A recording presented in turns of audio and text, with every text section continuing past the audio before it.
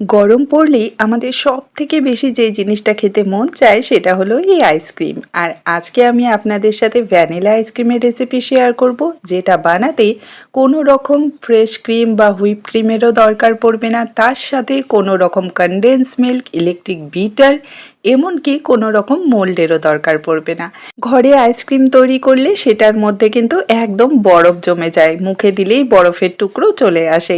কিন্তু আজকে আমি আপনাদের সাথে এমন একটা টিপস শেয়ার করব, যেটা ফলো করলে এই গরমে যতবারই আইসক্রিম বাড়িতে তৈরি করবেন একদম স্মুথ আর ক্রিমি হবে, কোনো রকম বরফ জমবে না।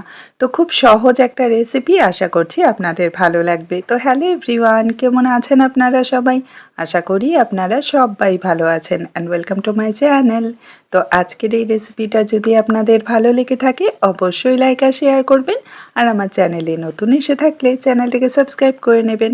চলুন তাহলে শুরু করি আজকের রেসিপি। তো প্রথমেই গ্যাসে আমি একটা ফ্রাই প্যান বসিয়ে দিয়েছি, আর এর মধ্যে দিয়ে দিচ্ছি মেজারিং কাপে মেপে 2 কাপ তরল দুধ। চাইলে আপনারা এখানে গরুর দুধও নিতে পারেন বা চাইলে প্যাকেটের দুধটাও নিয়ে নিতে পারবেন, কোনো অসুবিধা নেই। তো এখানে 2 কাপ দুধ আমি দিয়ে দিলাম। এবারে এর সাথে দিয়ে দিচ্ছি আমি হাফ কাপ গুঁড়া দুধ। আর এই গুঁড়া দুধটা দেওয়াতে আমাদের দুধটা কিন্তু খুব বেশি সময় জাল করতে হবে না, খুব তাড়াতাড়ি ঘন হয়ে যাবে। আর তার সাথে আইসক্রিমে যে বরফ জমে যায় সেটার একটা কমপ্লেন থাকে সবারই, সেটার চান্সও কিন্তু অনেকটাই কমে যাবে। তো এখানে দেখুন গুঁড়া দুধটাকে আমি দুধের সাথে ভালো করে মিশিয়ে নিয়েছি, আর দুধটা কিন্তু এখন পুরোপুরি ফুটতে শুরু করেছে। গ্যাসের ফ্লেমটা এই সময় মিডিয়ামে রেখে ভালো করে গুঁড়া দুধটাকে মিশিয়ে নেব। এবারে এর মধ্যে আমরা অ্যাড করে দেব চিনি। মিষ্টিটা আপনারা নিজেদের স্বাদ মতো অবশ্যই কম বেশি করে নিতে পারবেন। আমি এখানে হাফ কাপ চিনি নিয়েছি, এতে কিন্তু যথেষ্ট মিষ্টি হয়ে যায়। আর চিনিটা দেওয়ার পর দুধটা আবারও কিছুটা পাতলা হয়ে যাবে, কারণ চিনি থেকে জল ছাড়বে।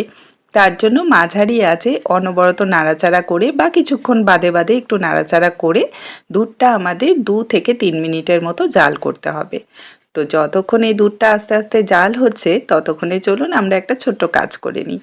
তো এখানে একটা ছোট বাটিতে আমি নিয়ে নিচ্ছি 2 টেবিল চামচ কর্নফ্লাওয়ার।